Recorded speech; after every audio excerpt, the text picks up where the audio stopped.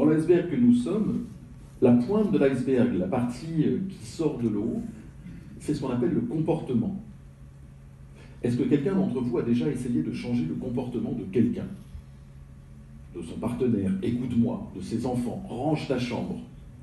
C'est déjà arrivé à quelqu'un de demander ça à ses enfants? Est-ce que ça marche? Non, ça ne marche jamais. Alors, qu'est-ce qu'on fait généralement quand ils ne rangent pas leur chambre? On va le crier plus fort. Range ta chambre, ça fait déjà 15 fois que je te dis de ranger ta chambre. Alors si on est très fort, on va pousser sur la pointe de l'iceberg, il va rentrer dans l'eau, donc on va modifier un petit peu le comportement. Mais dès qu'on lâche, l'iceberg remonte.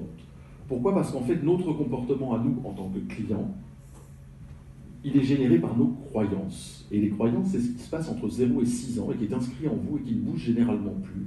C'est vos parents qui vous ont dit « tu devrais te méfier des banques », c'est tout ce que vous pouvez imaginer. Donc quand vous arrivez en disant « faites-moi confiance »,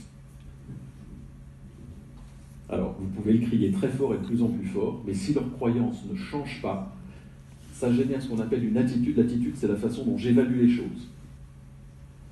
Et c'est deux univers différents. C'est-à-dire que le langage interne de vos clients n'est pas le même que le vôtre. C'est comme vos enfants, quand vous venez en exprimant « range ta chambre », vous, votre univers interne dit, avec l'énergie que je dépense à lui faire une jolie chambre, que j'ai déjà repeinte, il ne la range pas, s'il travaille plus tard comme ça, sans ranger sa chambre, il risque de ne pas réussir et ça me fait peur. Ça, c'est ça, votre petite voix en interne.